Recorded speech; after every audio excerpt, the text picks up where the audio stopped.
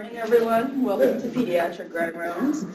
What an intro. If you're not the presenter, we please ask that you mute your phone. Today it's our great pleasure to welcome Dr. Howard Dubois as our speaker. Dr. Dubowitz is a professor of pediatrics and director for the Center of Families at the University of Maryland School of Medicine in Baltimore. Dr. Dubowitz is a clinician, researcher, and educator, and active in the field of policy. His main interests are in child neglect and prevention. Dr. Dubowitz led the development of the Safe Environment for Every Kid, or SEEK model, building upon the opportunities in pediatric primary care to help prevent abuse and neglect. He edited Neglected Children, Research, Practice, and Policy, as well as the International Society for the Prevention of Child Abuse and Neglect, World's Perspective on Child Abuse in 2012, 14, and 16, and co-edited the Handbook for Child Protection Practices, as well as international aspects of child abuse and neglect. Dr. Dubowitz has over 200 publications and has presented as many international and national conferences. He is a past president of the Healthcare Society. He has served on the Executive Council of the ISPCAN and the National Boards of the American Professional Society on the Abuse of Children and of Prevent Child Abuse America. Please join me in welcoming Dr. Howard Dubowitz today.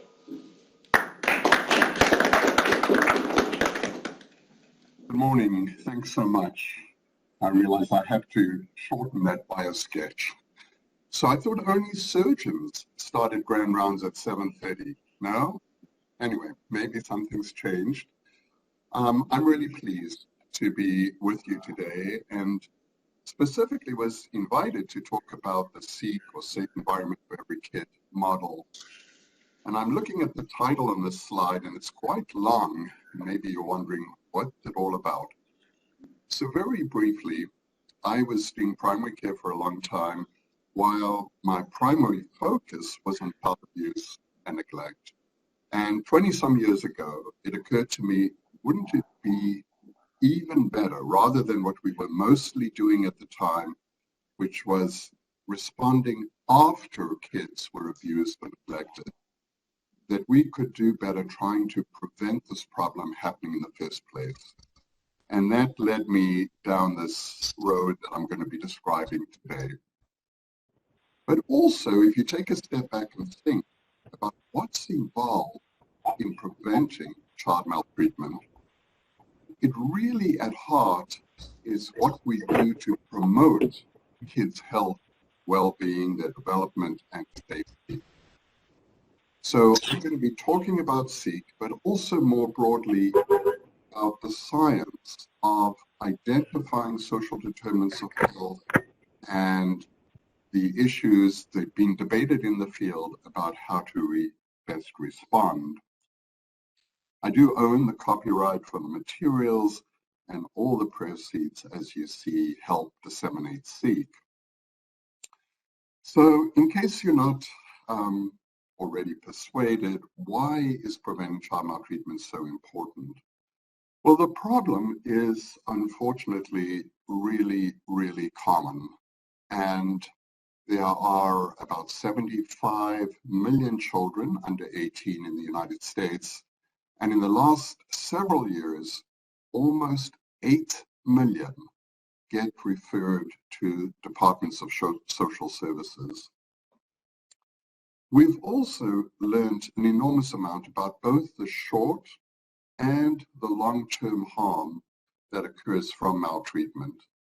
So in pediatrics, we naturally see much of the short-term harm, but studies have found that what happens today to this 4, 5, 6-year-old can have implications 4, 5, 6 decades down the road in terms of physical health, mental health, social development, even cognitive development. And not surprisingly, when you think of the slew of sequelae from these experiences, we all are paying an enormous cost for this in special ed services, the judicial system, the juvenile justice, the criminal justice system, But in addition to all of that, I want to suggest that perhaps the most compelling reason why we should be doing better at preventing kids from being abused and neglected is the moral imperative. The extent to which kids really suffer from these experiences. And that alone, I think, should hopefully drive us to try our best. So in healthcare, we naturally have many opportunities to intervene, and arguably, if we have opportunities like that, there goes a responsibility to try and help. So very briefly, these are some of the reasons why preventing maltreatment is so important. And here you see, once again, just trying to shift this paradigm of not just preventing maltreatment, but more broadly, if we're successful, the dividends should be far, far greater as we promote kids' health, their well-being, development, and safety. So here you see, this comes from the very first page of Nelson's The Bible of Pediatrics. And on that first page, there's a beautiful and rich description of what pediatrics is about. And you'll see how it lists the environmental, the psychosocial, cultural, political influences, all of which impact children's health and well-being, as well as that of their families. Just very briefly, to make sure we're on the same page, what are adverse childhood experiences? There's been a rediscovery, I think, in the last decade or so, of the importance of ACEs, adverse childhood experiences, as well as of social determinants of health. I say rediscovery because honestly, we've known quite a bit of this for a very long time. And here you see the definition of ACEs offered by the CDC, focused on potentially traumatic experiences in childhood. A somewhat separate literature has developed around social determinants of health, more broadly focused on conditions where in places where people live, learn, work, and play, that also affect their health and well-being. But I think when we consider the lives of children, especially young kids, let's say preschoolers, it's clear that there's a lot of overlap. The family, the home, is the primary environment for young kids. And so I think the issue is not to get into a debate of which term is most appropriate, but instead for us to think of what are the problems that we want to prioritize to try and improve the lives of children and their family. This slide shows you on the top, above ground, the adverse childhood experiences that are often described, problems like having a parent with mental illness who's incarcerated.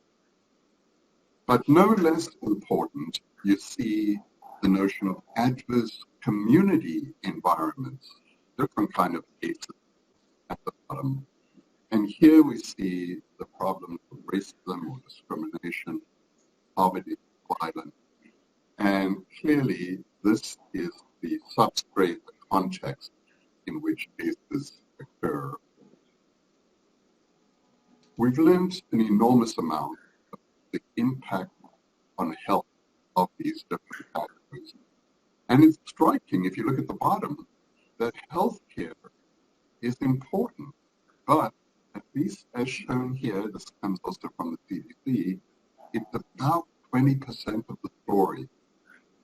And socioeconomic factors, the physical environment, health behaviors making up the rest.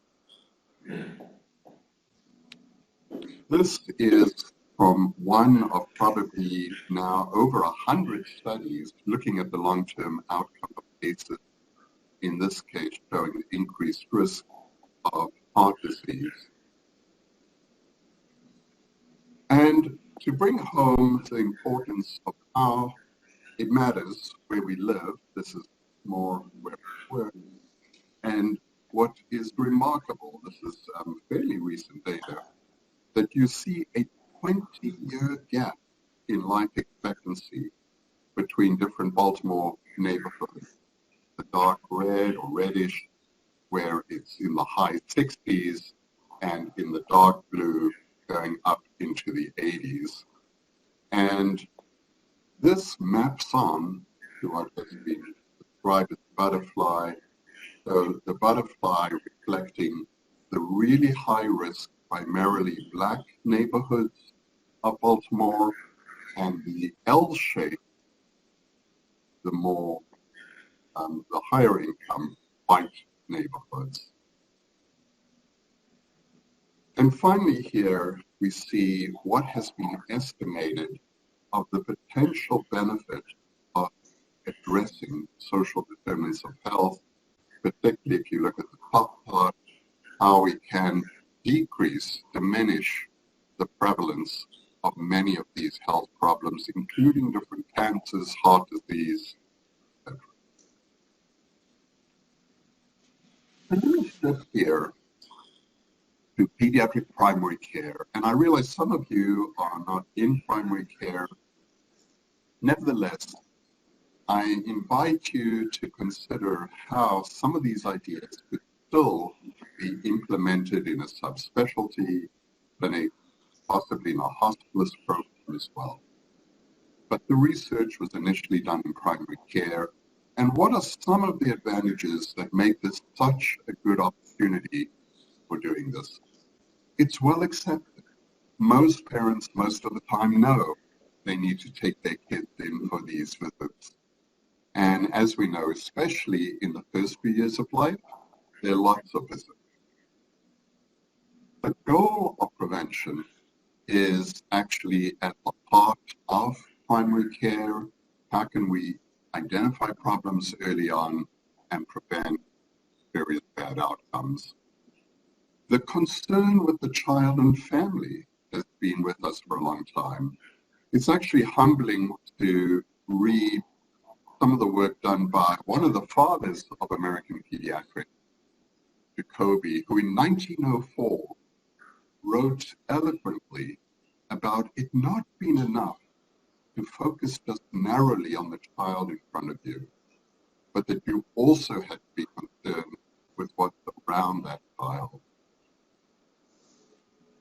One of the advantages is that generally we have very nice relationships with families. We like them, they like us, they respect, they spread, and that positions us really well to know something about what's cooking in the family and to help. Unlike some of our colleagues, certainly in mental health or in child welfare, we don't face the stigma that they often do. Some recent developments, we've still got a ways to go, are making this opportunity still better and recognizing that the best models of providing primary care involve integrated behavioral health. And so various settings around the country are including social work, other mental professionals. There's also recognition that very often finding service, linking up to those community resources can be really hard, and how we need various types of care management to help families navigate that world. Telehealth offers an interesting opportunity, and so, for example, where it would be unrealistic to have a mental health provider in one private practice, now more conveniently, one person could provide help to, say, 10 or more practices through telehealth. Another development that perhaps is on the horizon is shifting from the fee-for-service system that we mostly have now, instead to the value-based reimbursement, where healthcare will reward us for keeping folks healthy. And that will provide more impetus for prevention. So again, all of this, I think, points to primary care serving as this terrific opportunity and responsibility to try and help. So as we think of the situations, the families who they face, what does the science tell us? Where are we? Well, we know that ACEs, social determinants of health, are really prevalent, and this is true globally. We know that the nature and rates of problems vary. So where you work might be quite different from West Baltimore, where I work. We know, as I pointed out, that these adversities can have short and long-term sequelae, and that quite often there's a dose effect. Here you see one of the examples of an ACE study showing how as the number of ACEs increases, on right more than 6, equal to or more than 6, in both men and women, the risk of perpetrating domestic violence increases in this dose effect. We also know that screening helps identify problems, that often these problems are very well masked. Things may look beautiful on the surface, lurking beneath. We've learned from research that many parents do want help. They're interested in pediatricians and other providers, engaging them in topics. And we've also learned that some interventions can really be effective. But we know too that interventions that work in one setting may not work in another, and that's a cautionary note. But I want to put on the table where is the evidence less clear and acknowledge some of the challenges that we face. So there's been a real push to screen for social determinants of health in primary care. But to what extent have we really shown better outcomes? Even with the best of intentions, are interventions effective? And is primary care ready to play this role? If we're stuck with hurrying through visits in 13 or 14 or 17 minutes, can we honestly take this on? There's also a lot of discussion about how to enhance primary care to do this. And I mentioned different models of integrating behavioral health, social work, an example. There's discussion about whom to screen. Parents of children of what ages? 0 to 5, of all ages? Parents of teenagers? That's another question. What period of time should we cover? I imagine you're talking with a parent about possible adversities the family has faced. Should you be interested in problems that have happened now, are happening now, recently, or perhaps in the life of the child? How far back should we go? Another hotly debated issue is, as you know, I think with ACEs, the focus has been on identifying a high-risk group, and that's been one path. Alternatively, should we instead try and identify specific targeted problems that we can then individually address? How comprehensively should we screen? So we know that some families face many problems. I showed you the dose-related impact. And I get it. Sometimes people with very big hearts, actually we started there, want to screen for many, many things. But is that practical? What realistically can we take on? Which screening tools use? So there are a plethora of tools, EHRs developing their own, and this is another question people think. And then when to screen. Could this be during well-child visits, maybe subspecialty visits, sick visits, ED, kids who are hospitalized? And how often? What should be the timing of these visits? So these are all questions where the evidence is much less clear. So I'm going to turn to C, and I want to be sure to suggest that it's not as though we have figured all these things out, cracked these nuts, and have the answers. But this is one approach that I think we can say is pretty promising. And here you see the conceptual model under C. The idea is that if we can do a bit better, addressing even some social determinants of health, we are supporting parents and parenting, strengthening family, and thereby promoting kid health, well-being, their development and safety, and the icing on the cake, helping prevent kids from being abused and neglected. So this is the cascade of good things that seeks to set in motion. What are the core components of the model? It begins by recognizing that many of us are not necessarily trained to deal with problems like intimate partner or domestic violence or parent who's using drugs. And so we've developed these online modules to help prepare folks to feel somewhat competent and comfortable to do so. There's a questionnaire that I'm going to show you in a moment. And then it's followed by a brief assessment of identified problems. And from the get-go, we had to be very practical and not delude ourselves into imagining that in a busy clinic, folks would have 10 or 15 minutes to talk with a parent about possible discussion.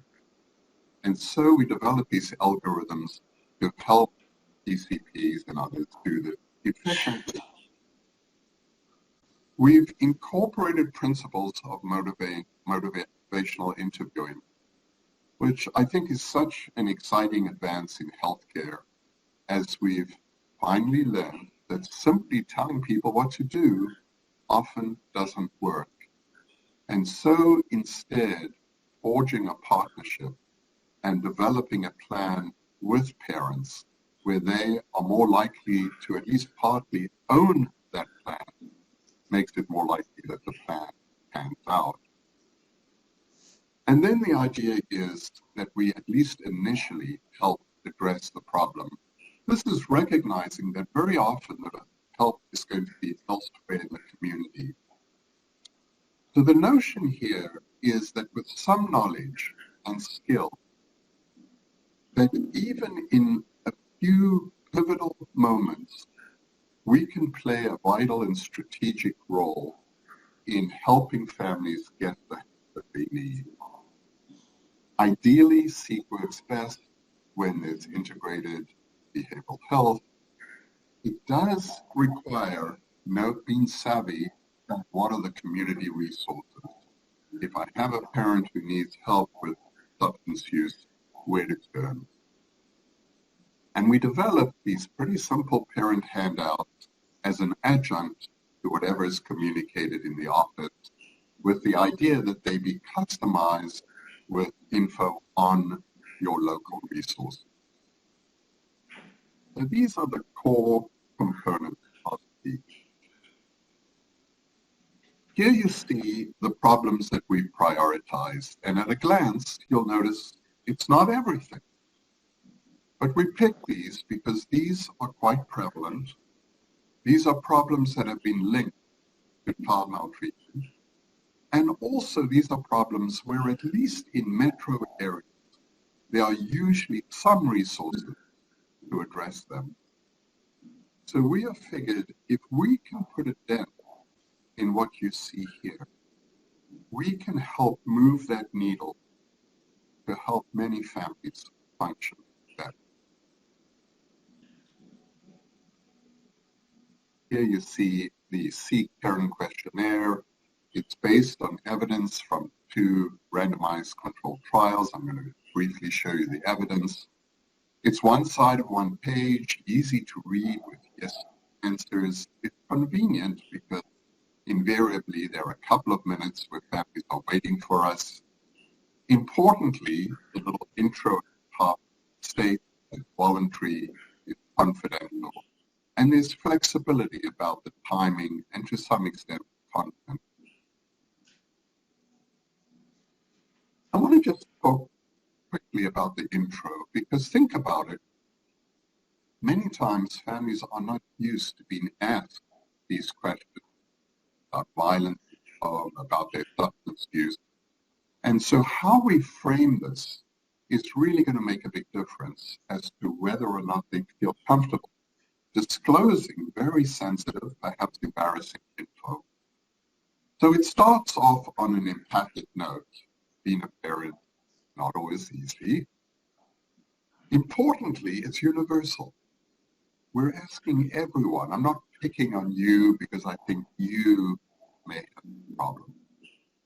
It provides a context, wanting to help families. It's not that, we're not just nosy. And conveniently, it builds on something that's long been accepted in pediatrics, our interest in preventing injuries and keeping kids safe. Something familiar to both pediatric providers and parents. And again, importantly, it's voluntary and confidential. So this intro, we hope, helps folks feel more comfortable sharing information that otherwise they may not. To help prepare parents, we develop these posters for waiting areas or exam rooms, again conveying the broad message of many families facing challenges and our interest in helping them. So how does SEEK work? At the start of a visit, a parent is given the questionnaire, they complete it while waiting, give it to the doctor or nurse at the start of the visit, and then, as I mentioned, the problems are addressed either by the medical or behavioral health professionals. And we've been deliberately flexible because some PCPs really like to do this, others less so.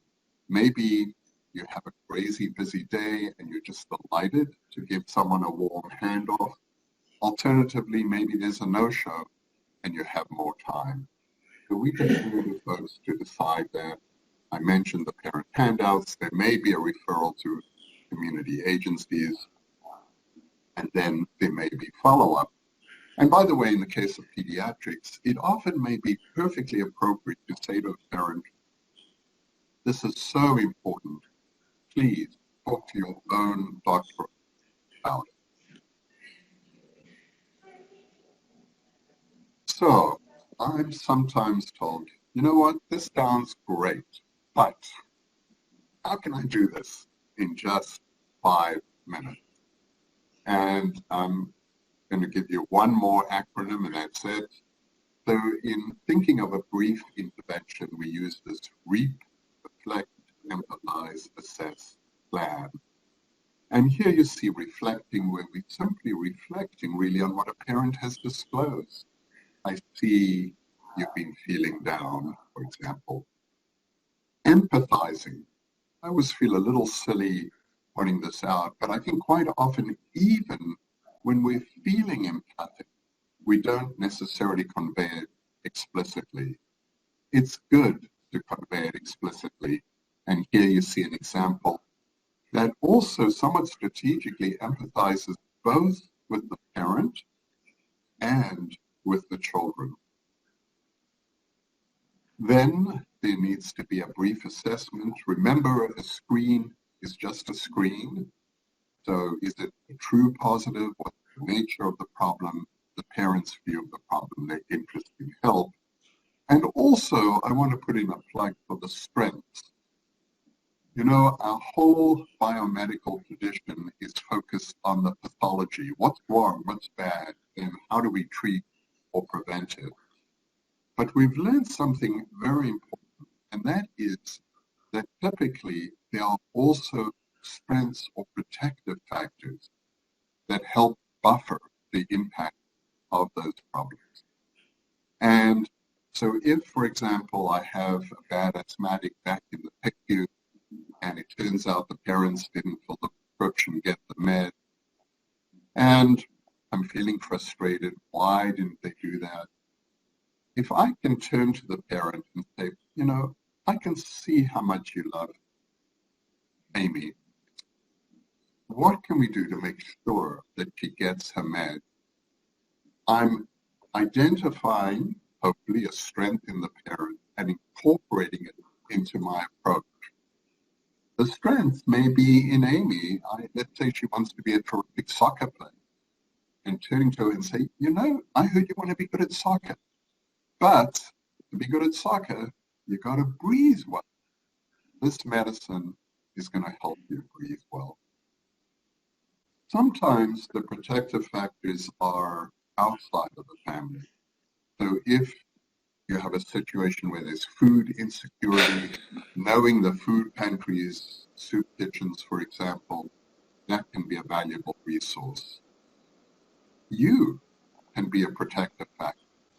So when you clearly communicate your wish to help, you too can be a valuable strength for that family. And so our goal is to work with protective factors and hopefully diminish the impact of the problems, the risk factors. And here you see just some examples of protective factors. So once again, a plug for not forgetting to very deliberately identify the strengths and use them in your approach. This is just an example of the SEEK algorithm. I'll show you the website at the end. You're welcome to check them out. And then finally, there's the plan. And again, incorporating principles of motivation interviewing so that the plan is tailored to what the parent is interested in doing. Again, there may be a referral and follow-up. And here's just an example of a SEEK parent handout conveying some useful info, and then, as I mentioned, to be customized with your local resource. I quickly want to show you some of the evidence supporting SEEK. So we did these two RCTs. The first was in our pediatric residency clinic in West Baltimore, in a very rough, tough neighborhood with African-American families, low income. The second was in a very different kind of setting. This was mostly in the burbs, in central Maryland, private practices with mostly white families. And the first hypothesis was, could we train the doctors and nurses to address these problems so that it would significantly improve what you see here? This felt like the critical first step. If we weren't going to change anything here, we were unlikely to get anywhere. I'm just going to summarize the findings to say that overall, there were improved attitudes and behavior regarding the targeted problems measured in 3 different ways. This was true in both studies, and very importantly, sustained for up to the 36 months that we followed them.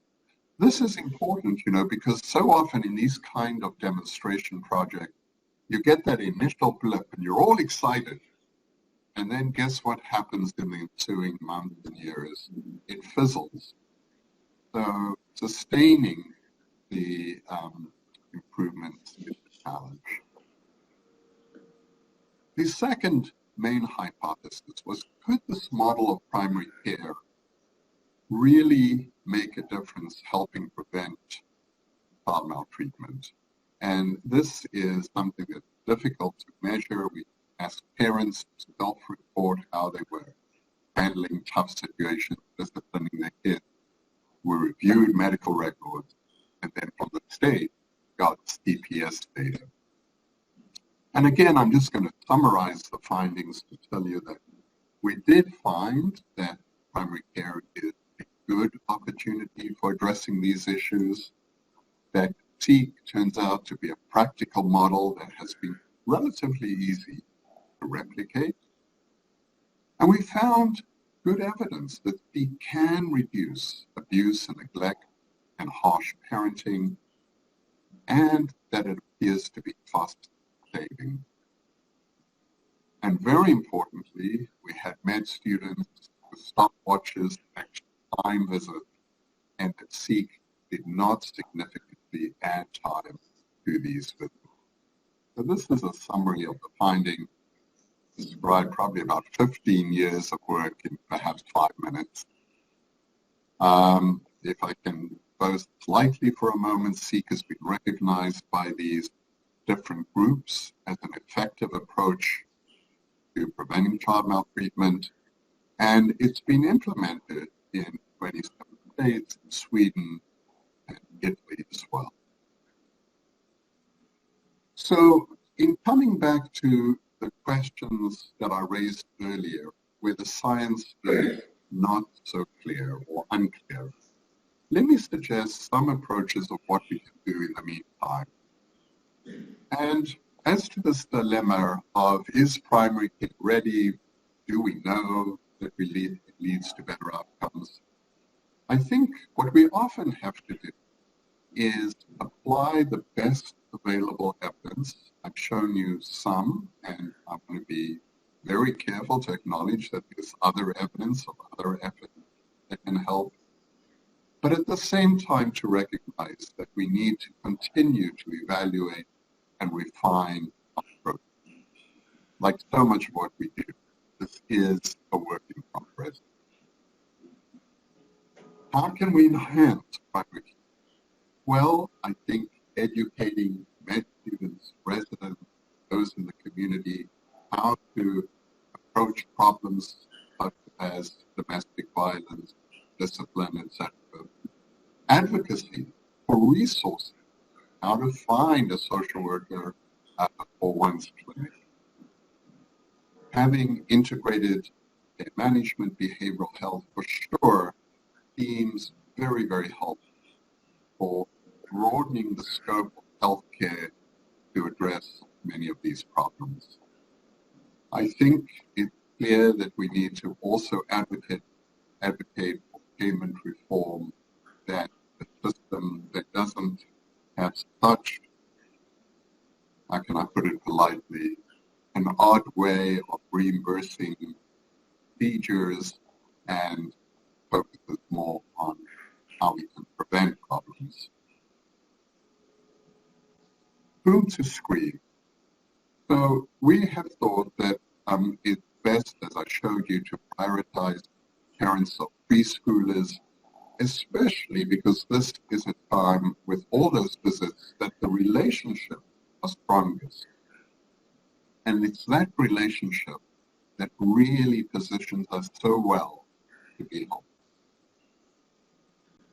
We suggest that in thinking about what time to cover, that prioritizing what is current or recent, for the simple practical reason that we found that if a problem happened 5 or more years ago, for example, it's often unlikely that parents are interested in engaging in help.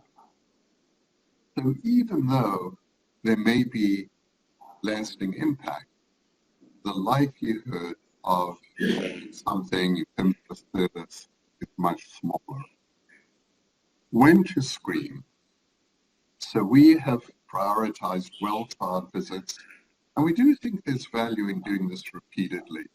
I think, for example, if a kid is brought to the ED, and as we know, there's a certain level of stress, the child is sick, perceived to be sick, it doesn't seem that that's an optimal time to start asking a parent about their substance use, etc. Why repeatedly? Well, for one, situations can naturally change. So someone who's feeling great, or the situation's good today, may be in a very different place a year from now. But also, think about this, that initially someone may feel inhibited, reluctant to share difficult information. But over time, might recognize, wait, here is someone who's interested in me, in our family. Here's a resource, and gradually may feel more comfortable disclosing it. And in terms of the issue of identifying a risk category or targeted problem, we and others feel that identifying a specific problem so that one can tailor one's intervention is really optimal. There's a lot of uncertainty about what exactly does one do if you find out, okay, someone's in a high-risk category. They have 3 or 4 or more cases. Then what specifically do you do? And if you're interested, some of us had a paper last month in Pediatrics talking about how comprehensively to screen. So again, I get it, with big hearts, we want to do a lot. But again, I've learned, if anything, over the last 2 decades, to be very, very practical. And for that reason, we've prioritized a few problems, such as you see over here. Which screening tool to use? Here, I'm pointing you to the FAAP has something called the STAR Center. And if you're not familiar with it, please check it out. It's really a terrific resource for addressing social determinants of health. There have also been a number of systematic reviews, you see at the bottom here, that have looked at a variety of tools and evaluating them. They're 2 good resources there. So as I wrap up, what are the challenges that we face? I think we need really a new vision for primary health that is going to move beyond the traditional care that we provided for a long time to better address the priorities, challenges that face so many children and families. There clearly needs to be buy-in from healthcare leaders, how to ensure that the necessary resources are there. This is crucial to make that difference. Training. So again, this begins with med students, with residents, and it's ongoing. How to help us really be competent, feel comfortable to take on these challenges. You know, it's very easy to dish out a screening tool. It's not quite as easy to respond appropriately. And then we need the resources. And this is both in our clinical settings and very importantly, in the communities as well. So it's axiomatic that when we screen, that the person screened should benefit from that screening. We have no business identifying problems if we're stuck without resources to hopefully help. And so if, for example, we identify someone who has a substance use problem, we need a resource where that person can get help. So that is what I have to share with you today. There is the Speak website that I mentioned, speakwellbeing.org. I really want to encourage you to please check it out. Here is my email, and beyond today, if anyone is interested, I'd be happy to communicate with you. And we have some time for Q&A. So at this point, you are on. Thanks so much for listening. I'm going to stop sharing. Dr. Dubowitz, Yeah. Thank you for your talk today and for your life's work. I want to ask where you ended, because I often hear that. What if I screen for something and I don't have a resource? What do I do? And surely when you implemented this work, you came across that because you don't own those other resources. So how do you work through those issues? Yeah. Yeah, so this is a critical question. Thanks for asking it. So as we prioritized problems, there were some that we ditched, not because we thought they were unimportant, but because we recognized that we were relatively impotent. So, for example, low-income housing. The wait list for Section 8 housing in Baltimore was, and I think still is, roughly 8 years. So we decided, no, this is not something that we're going to prioritize. So that was one consideration.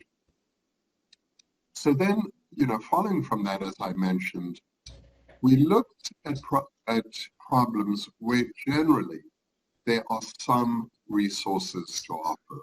It may not be ideal. There may be, a 4-week or 6-week waiting list to get into a substance use treatment program, but there was something. And so we felt, okay, at least on that level. The last thing I want to say is there's a different kind of help, that is possibly still useful even when we don't have one of those other resources. So imagine a discussion with a parent who, let's say, is in a domestic violence situation. And frankly, very often it's a slow process of someone who's stuck in that home to leave, to better their situation. But even a conversation saying with this mom, or it could be a dad, you really don't deserve to be treated like that. I really want to help you. That even offering the support that we made, through that encounter, through our clinics, could still be valuable. It's not ideal.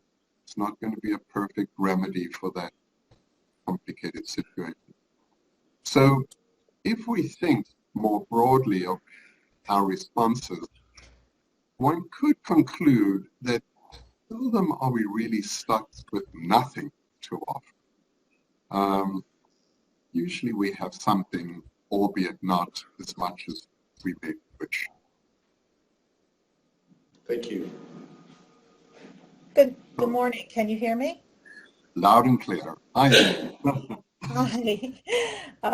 I thank you for giving this talk. I had the privilege, as you know, of being in Seek 1 in the intervention group in Baltimore.